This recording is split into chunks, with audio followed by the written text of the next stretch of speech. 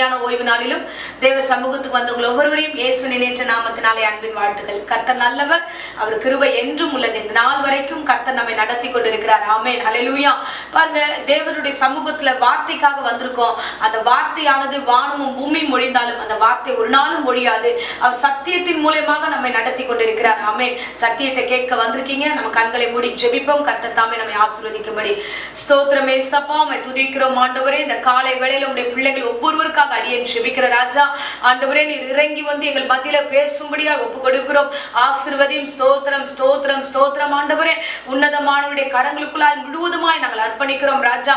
அப்பா, உம்முடைய சத்தியத்தின்படி ஆண்டவரே இந்த பிள்ளைகளை வழி நடத்துவீராக. சத்தியத்தை அறிவீர்கள் என்று வேத வசனம் சொல்லுகிறதே ஆண்டவரே. அறியும் பொழுதே கர்த்தாவே விடுதலை எங்களுக்கு உண்டாகும் என்பதை நாங்கள் அறிந்திருக்கிறோம். இந்த வேளையிலும் ஆண்டவரே பிள்ளைகளை ஒப்பு கொடுக்கிறேன். தொடர்ந்து ஆசீர்வதிங்க. உம்முடைய சத்தியத்தினால் இடைப்படுங்க. தேவையில்லாத டிஸ்டர்பன்ஸை இயேசுவின் நாமத்தினாலே அடியேன் சபித்து கட்டுகிறேன். கர்த்தர் தாமே பொறுப்பெடுத்து வழிநடத்தும். இயேசுவின் நாமத்திலே ஜெபிக்கிறோம் நல்ல பிதாவே. ஆமென், ஆமென், ஹல்லேலூயா, ஹல்லேலூயா. கர்த்தர் நல்லவர், அவர் கிருபை என்றும் உள்ளது. நம்மை ஆண்டவர் நடத்தி கொண்டிருக்கிறார். ஆமென். சோ வேத வசனத்துக்கு யாரெல்லாம் செவி கொடுக்கிறோமோ உண்மையாகவே நம்ம எல்லோரும் பத்திரமாய் நடக்கிறோம். ஆமென். பாருங்க, அந்த வார்த்தை தான் நம்மளை சரியாய் ஆவிக்குரிய வாழ்க்கையில நடத்தி கொண்டிருக்கிறது. வரும் நாட்களை குறித்ததான வெளிப்பாடுகளோடு கர்த்தர் நம்மை நடத்துவார். ஆமென், ஹல்லேலூயா. இப்போதும் வேத வசனத்துக்கு நேராக நம்முடைய கவனத்தை திருப்புவோம். 1 பேதுரு 4ஆம் அதிகாரம் 7வது வசனத்தை நாம் வாசிப்போம். எல்லாவற்றுக்கும் முடிவு சமமாயிற்று. ஆகையால் தெளிந்த புத்தியுள்ளவர்களாய் இருந்து ஜெபம் பண்ணுவதற்கு ஜாக்கிரதையுள்ளவர்களாய் இருங்கள். ஆமென், ஹல்லேலூயா. பாருங்க, கர்த்தருடைய வேத வசனம் இந்த நாள்ல நம்மோடு கூட சொல்லப்படுகிறது. எல்லாவற்றுக்கும் முடிவு சமீபமாயிற்று. அப்போ ஆண்டவருடைய வார்த்தை என்ன சொல்லுகிறதுனா, துவக்கணும்னு இருந்தா கண்டிப்பா முடிவுன்னு ஒன்று காரியம் இருக்கு இல்லையா? அப்ப ஆண்டவர் சொல்லுகிறாரு, துவங்கின எல்லா காரியத்துக்கும் முடிவு சமீபமா இருக்கிறது என்று. ஒவ்வொரு விஷயத்துக்கும் முடிவு சமீபமா இருக்கிறது. இந்த தேசத்துக்கும் இந்த பூமிக்கும் கூட முடிவு சமீபமா இருக்கிறது. நடக்கிற நிகழ்வுகள் எல்லாம் நம்ம காணும் பொழுது, பல பிரச்சனைகள் எல்லாம் இந்த தேசத்துல நடக்கும்போது நமக்கு என்ன தோணுதுன்னா, ஆண்டவருடைய வருகை அது சீக்கிரமா இருக்கிறது என்று நமக்கு நல்ல அந்த அறிவு நமக்கு புரிகிறது. ஹல்லேலூயா. சோ கொரோனா நிமித்தமாக நாம் கடந்து வந்த பாதைகள், சுனாமி ஆகட்டும், சோ வியாதிகள் ஆகட்டும், அடுத்து வந்த போர்கள் ஆகட்டும், எல்லாமே வந்து ஏதோ ஒரு காரணத்தை, ஒரு காரியத்தை நமக்கு வெளிப்படுத்தி கொண்டே இருக்கிறது. தேவனுடைய வருகை வருகிறது என்பதை நமக்கு ஆயத்தப்படுத்தும்படியான ஒரு நினைவுகளை நமக்கு கொடுத்து கொண்டே இருக்கிறது. ஹல்லேலூயா. இன்றைக்கு இந்த வேத வசனத்துல பேதுரு விதமாய் சொல்லுகிறார், எல்லாவற்றிற்கும் முடிவு சமீபமா இருக்கிறது. உங்களுடைய தனிப்பட்ட காரியங்களில, நீங்கள் ஜெபிக்கிற காரியங்களில ஏதோ ஒரு காரணத்துக்காக ஓடிக்கொண்டிருக்கீங்க. அவை எல்லாவற்றிற்கும் முடிவு சமீபமாயிற்று. ஏதாவது ஒரு குறிக்கோளோடு ஜெபம் பண்ணிட்டு இருக்கீங்கன்னா, ஆண்டவராகிய கர்த்தர் சொல்லுகிறார், அதுக்கு முடிவு சமீபமா இருக்கிறது என்று அறிந்து கொள்ளுங்க. இவ்வளவு நாள் ரட்சிக்கப்படாத எங்கள் வீடு இப்பொழுது எப்படி ரட்சிக்கப்பட போகுது? இவ்வளவு நாள் வராத பணம் எப்படி வரப்போகிறது? இவ்வளவு நாள் நடக்காத ஒரு விஷயம் எப்படி நடக்கும்? இல்ல, அந்த லேசித்தனத்துல நம்ம ஒப்பு கொடுக்க கூடாது. வேத வசனத்துக்கு நம்ம அர்ப்பணிக்கிறோம். இன்னைக்கு ஆண்டவர் உங்களோடு கூட பேசுகிறாரே. ஆண்டவர் எல்லாவற்றுக்கும் முடிவை வைத்திருக்கிறார். ஹல்லேலூயா. நான் வந்த நாட்கள்ல இருந்து உபத்திரமா அனுபவிச்சுட்டு இருக்கிறேன். இனி அந்த உபத்திரம் உங்களுடைய வாழ்க்கையில் இருக்காது. பாருங்க, இஸ்ரவேல் ஜனங்களை 430 வருஷம் அவர்கள் உபத்திரப்பட்டார்கள்.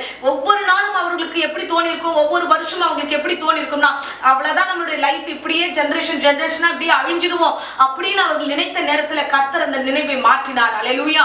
அங்கே அவர்களை விடுதலையாக்கும்படியாக மோசேவை அனுப்புகிறார். அவருடைய வாழ்க்கையில ஒரு மிகப்பெரிய ஒரு விடுதலை உண்டானது. ஹல்லேலூயா. அதே போல ஒவ்வொரு காரியத்தையும் நீங்கள் யோசிப்பீர்கள், நமக்கு அவ்வளவுதான், இந்த பிரச்சனை இப்படி இருக்கு, இனி இது முடிவுக்கு வராது, இது முடிச்சு போன விஷயம் தான், இது துவங்கிறதுக்கு யாரும் இருக்கா, இது துவங்கவே முடியாது, எல்லா பக்கமும் அடைச்சிருக்கு, இதுக்கு முடிவு கிடையாது அப்படி நம்மளுடைய நினைவுகளை ஒரு முடிவை நாம் வைத்திருப்போம். இல்ல, கர்த்தர் சொல்லுகிறார், நீங்கள் நினைத்த நினைவுகள் அல்ல. இன்னைக்கு ஆண்டவர் அந்த காரியங்களுக்கு எல்லாம் முடிவு தர விரும்புகிறார். நாம காரியத்தை முடிக்கிறோம், அந்த விஷயத்தை என்ன நினைக்கிறா, இது நடக்காதுன்னு முடிக்கிறோம். ஆனா கர்த்தர் சொல்லுகிறார், என்னுடைய பார்வையில நான் எல்லாவற்றுக்கும் முடிவு தர நான் விரும்புகிறேன் என்று சொல்லுகிறார். ஹல்லேலூயா. அதுதான் பேதுரு சொல்லுகிறாரு, இந்த பூமிக்கு ஒரு முடிவு வருகிறது, நீங்கள் எதிர்பார்க்கிற காரியங்களுக்கு ஒரு முடிவு வருகிறது, எல்லாவற்றுக்கும் முடிவு சமீபமா இருக்கிறது, பக்கத்துல இருக்கிறது. அதனால அது பக்கத்துல வந்துருச்சு. இந்த நேரத்துல நம்ம என்ன பண்ணக்கூடாது? லேசியா இருக்கக்கூடாது. வசனத்துல அவர் தெளிவாய் சொல்லுகிறார், ஆகையால் தெளிந்த புத்தி உள்ளவர்களாய் இருங்க. உங்கள் குடும்பத்திற்கு உங்களுடைய காரியங்களில முடிவு சமீபமா இருக்குன்னா, அந்த காரியத்துல குடும்பத்தை எப்படி கட்டமைக்கணும், அடுத்த விஷயத்தை நம்ம எப்படி பண்ணணும்ன்ற புத்தியில தெளிவா இருங்க.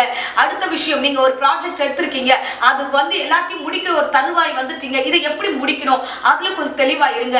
பிள்ளைகளுடைய வாழ்க்கையில ஒரு பெண் பார்க்கிற விஷயமாகட்டும், இத நீங்க வந்து திருமண காரியங்களை ஒழுங்கு பண்றீங்கன்னா, இவ்வளவு நாள் தேடணும், இப்பதான் என்னமோ புரியவே இல்லை அப்படின்ற ஒரு குழப்பத்தோட இருந்தீங்கன்னா ஆண்டவராகிய கர்த்தர் சொல்றாரு அதுக்கு முடிவு சமீபமா இருக்கிறது. அப்ப நீங்க என்ன பண்ணணும்? தெளிந்த புத்தி உள்ளவர்களா இருந்து இது சமீபமாயிடுச்சு, இன்னும் நான் ரெடி ஆகணும், சரியான ஒரு மணப்பெண்ணை பார்க்கணும், சரியான ஒரு ஆண்மகனை பார்க்கணும்ன்ற அந்த திருமண காரியங்களை குறித்த ஒரு தெளிவு, ஞானம், அறிவு நமக்கு தேவைப்படுகிறது. அல்லேலூயா.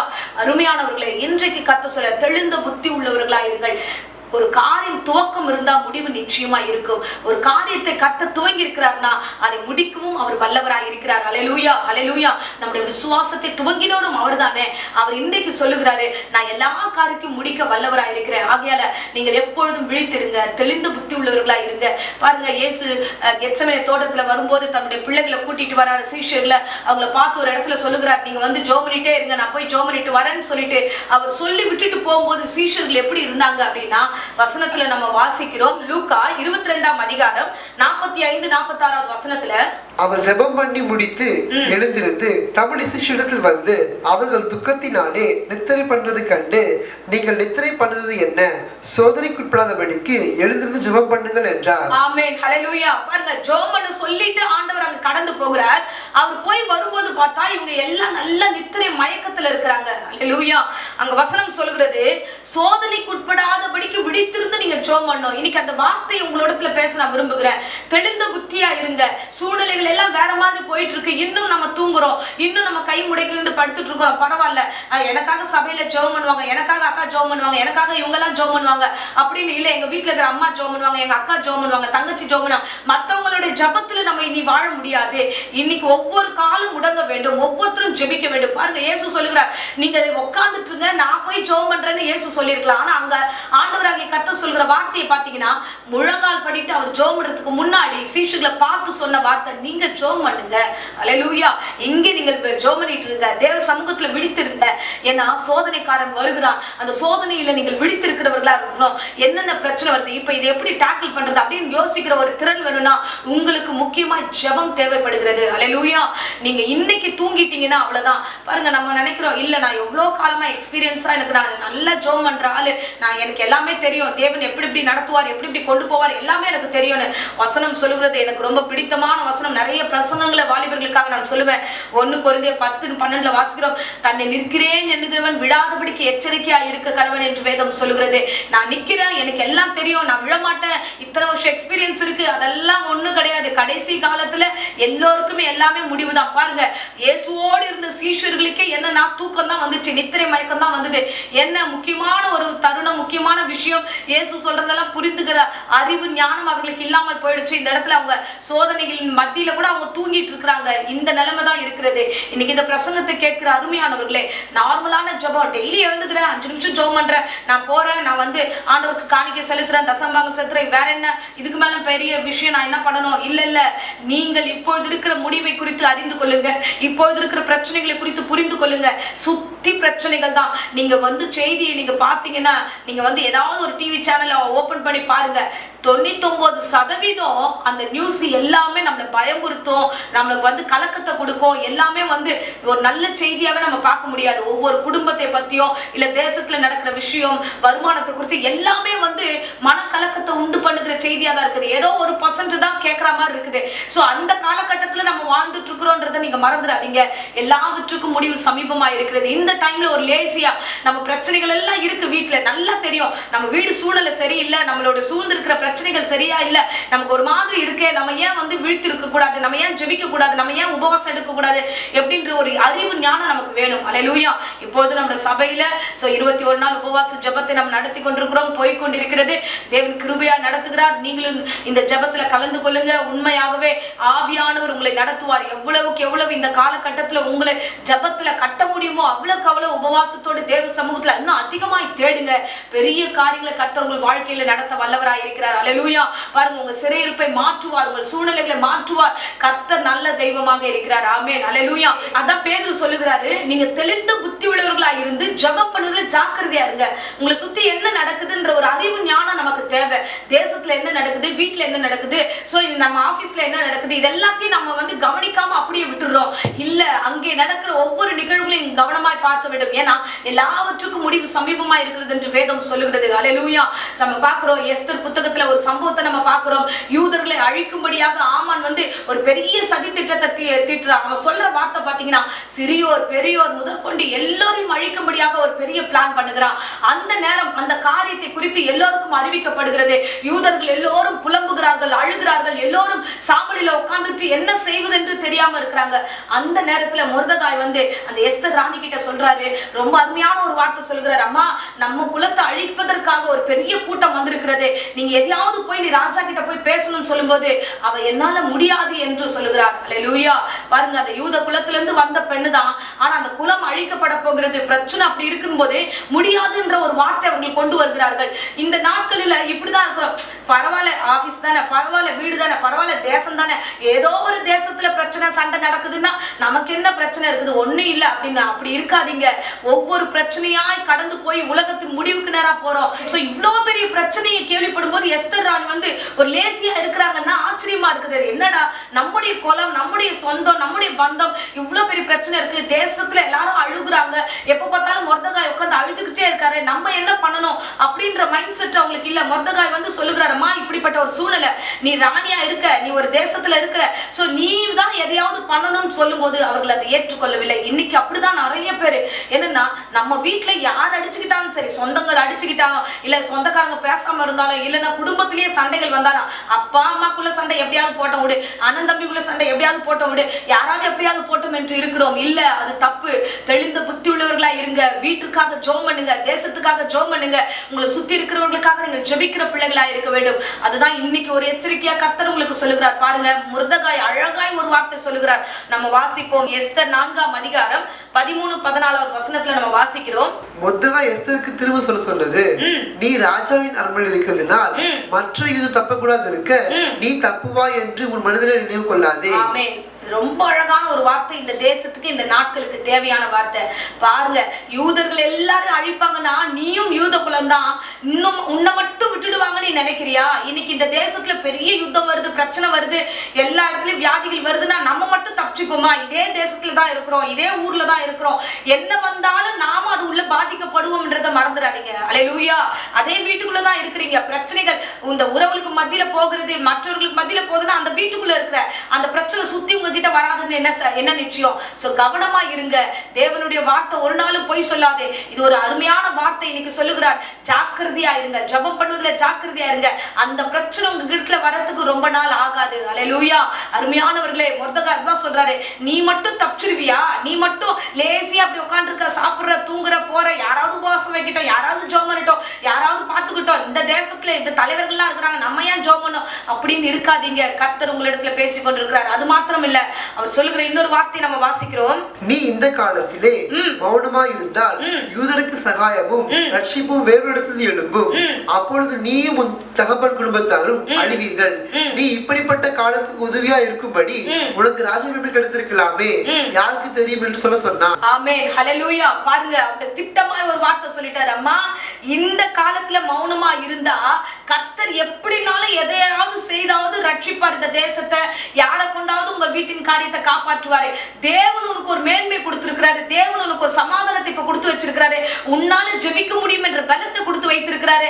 இந்த காலத்துல நீங்கள் மௌனமா இருக்காதீங்க. அல்லேலூயா. இந்த காலத்துல நீங்க அசதியா இருக்காதீங்க, இந்த காலத்துல தூங்கிராதீங்க, இந்த காலத்துல நீங்கள் உதவியா இருக்க வேண்டும் என்று கர்த்தர் விரும்புகிறார். அல்லேலூயா. இயேசு வரும்போது கெத்செமனே தோட்டத்துல அந்த சீஷர்களை கூட்டு வரும்போது ஒரு நம்பிக்கையோடு கூட்டு வந்திருந்தாரு. ஆனா அவங்க தூங்கிட்டு இருக்காங்க. அவங்க உதவியா இருப்பார்கள், ஜெபத்தை தாங்குவார்கள் என்று பார்த்தா அவங்க தூங்கிட்டு இருக்காங்க. அல்லேலூயா. அருமையானவர்களே, கர்த்தர் உங்களிடத்துல பேசுகிறார். உங்களை அந்த வீட்டுல ரட்சித்ததுக்கு ஒரு காரணம் உண்டு, இந்த தேசத்துல ரட்சித்ததுக்கு ஒரு காரணம் உண்டு. அந்த காரணத்தின்படி கர்த்தர் உங்களை ரட்சித்திருக்கும் போது யாராவது பண்ணட்டோம்னா கண்டிப்பா ஆண்டவர் எந்த கழுதியும் காக்காவையும் வச்சு பயன்படுத்த கூட அவரால் முடியும். வேதாகமத்துல நிறைய காரியத்தை நம்ம பார்க்கிறோமே, ஆண்டவர் யாரை கொண்டு என்றாலும் பயன்படுத்துவார். ஆமென். இந்த காலத்துல நீ உதவியா இருப்பேன்னு சொல்லிட்டு தான் இந்த பிரசங்கம் உங்களை தேடி வருகிறது. அல்லேலூயா. கர்த்தருடைய வார்த்தையின்படி பார்க்கிறோம் பாருங்க, நீ உதவியா இருக்கும்படிக்கு இந்த மேன்மை உனக்கு கிடைத்திருக்கிறது. யாருக்கு தெரியும்? அல்லேலூயா. இந்த மேன்மை ஏன் கொடுத்தாருன்னா நீ காப்பாத்துவேன்னு உனக்கு சுதந்திரம் கொடுத்தாரு. இந்த மேன்மை ஏன் கொடுத்தாருன்னா நீ எப்படியாகலும் ஒரு காரியத்தை செய்வ, எனக்காக செய்வேன்னு ஆண்டவர் காத்திருந்தாரு. ஆனா இந்த மேன்மையெல்லாம் விட்டுட்டு லேசித்தனமா கிடைச்ச சுதந்திரத்தை வச்சுக்கிட்டு நீங்க ஜாலியா இருந்தீங்கன்னா நீ தப்பிப்பேன்னு நீங்க நினைக்காதீங்க. ஹல்லேலூயா. உடனே அவள் தீர்மானிக்கிறா, இல்ல நான் தப்பு பண்ணிட்டேன், நான் இந்த லேசியான வார்த்தை சொல்லியிருக்க கூடாது என்று உடனே எஸ்தர் அந்த வார்த்தை கேட்ட மாத்திரத்துல அவள் ஒரு தீர்மானத்தை எடுக்கிறார். 16வது வசனத்தை வாசிப்போம். நீர் போய் சுசனில் இருக்கிற யூதரை எல்லாம் கூடிவர செய்து 3 நாள் அல்லும் பகலும் புசியாமலும் குடியாமலும் இருந்து எனக்காக உபவாசம் பண்ணுங்கள், நானும் என் தாதிமாரும் உபவாசம் பண்ணுவோம். இவ்விதமாக சட்டத்தை மீறி ராஜாவிடத்தில் பிரவேசிப்பேன், நான் செத்தாலும் சாகிறேன் என்று சொல்ல சொன்னாள். ஆமென். ஹல்லேலூயா. மொர்தெகாயுடைய வார்த்தை கேட்ட மாத்திரத்துல அவள் தன்னை தயார்படுத்திக் கொண்டாள். இல்ல நான் போறேன், சட்டத்தை மீறி நானும் போய் இந்த காரியத்துக்காக ராஜாவிடத்துல பேசுகிறேன் என்று அல்லும் பகலும் புசியாமல் குடியாமலும் இருந்து உபவாசித்தாள். ஹல்லேலூயா. அருமையானவர்களே, இந்த நேரத்துல கர்த்தர் உங்களோடு கூட பேசிக் கொண்டிருக்கிறார். ஒரு தீர்மானத்தை எடுங்க, தேவ சமூகத்துல உங்களை நீங்களே அர்ப்பணிங்க. உண்மையாகவே எல்லா பிரச்சனைகளுக்கும் முடிவு சமீபமா இருக்கிறது என்று வேதம் சொல்லுகிறது. ஆகையால நீங்கள் எடுக்கிற தீர்மானங்களை கர்த்தர் உங்களோடு கூட இருப்பார். ஹல்லேலூயா. இவன் தீர்மானித்தா, உபவாசித்தா, எல்லோரையும் உபவாசத்துக்கு அழைத்தால், தேவ சமூகத்துல அமர்ந்திருக்கும் போது கர்த்தர் ஒரு பெரிய காரியமாக யூத குலத்தை காப்பாற்றினார். ஹல்லேலூயா. அவளை கொண்டு அந்த தேசத்துல என்ன நடந்ததுன்னா சந்தோஷமும் மகிழ்ச்சியும் யூதர்களுக்கு மத்தியில உண்டானது என்று வேதம் சொல்லுகிறது. அருமையானவர்களை, இன்றைக்கு கர்த்தர் உங்களோடு கூட பேசிக் கொண்டிருக்கிறார். ஆமென். சோ நீங்கள் எல்லாவற்றுக்கும் தயாராக வேண்டும். இந்த நேரத்துல முடிவு சமீபமா இருக்கிறது. ஒவ்வொரு இடத்துக்கும் முடிவு தேவைப்படுகிறது. அந்த முடிவுக்கு நேராக காலம் கடந்து போய் கொண்டிருக்கிறது. நீங்கள் இன்னும் லேசியா இருந்தீங்கன்னா இந்த நேரத்துல கர்த்தர் வேற யார் கொண்டாலும் செய்ய வல்லவராய் இருக்கிறார். ஆனா கர்த்தர் உனக்கு மேன்மை கொடுத்ததே உன்னை கொண்டு செய்ய வேண்டும் என்பதா. ஆகையால இந்த உணர்வோடு கூட நம்ம என்ன பண்ணணும்னா ஜெபம் பண்ணுவதுல ஜாக்கிரதையா இருங்க. எழுந்து ஜெபம் பண்ணுங்க. இந்த காலத்தை பயன்படுத்திக் கொள்ளுங்க. உங்க வீட்டுக்காக, உங்க தேசத்துக்காக ஜெபம் பண்ணுங்க. கர்த்தர் உங்களையும் உங்கள் வீட்டின் காரியங்களையும் விடுதலையாக்கி கர்த்தர் நிச்சயமாய் நடத்த அவர் வல்லமுள்ள தெய்வமா இருக்கிறார். ஆமென். இப்போதும் உங்களுக்காக நான் ஜெபிக்கிறேன். இருந்த இடங்களை கண்களை மூடி நாம் ஜெபிப்போம். ஸ்தோத்திரம் ஏசப்பா, உம்மை துதிக்கிறோம் துதிக்கிறோம் துதிக்கிறோம். ஸ்தோத்திரம் ஸ்தோத்திரம் ஸ்தோத்திரம் ஆண்டவரே. இன்னைக்கு கேட்ட பிரசங்கத்தின்படி ஒப்பு கொடுக்கிற ராஜா, நீர் மகிமை நிறைந்த எங்கள் நல்ல தெய்வம் அல்லவா ஏசப்பா. உமக்கு ஸ்தோத்திரம். இன்றைக்கு கேட்ட வேத வசனத்தின்படி எல்லாவற்றிற்கும் முடிவு சமீபமாயிற்று என்று வேதம் சொல்லுதே ராஜா. அப்பா, இந்த வார்த்தையின்படியே கர்த்தாவே ஒவ்வொரு காரியத்துக்கும் ஆண்டவரே அப்பா நீர் முடிவை தரப்போகிற கிருபைக்காக நான் நன்றி செலுத்துகிற ராஜா.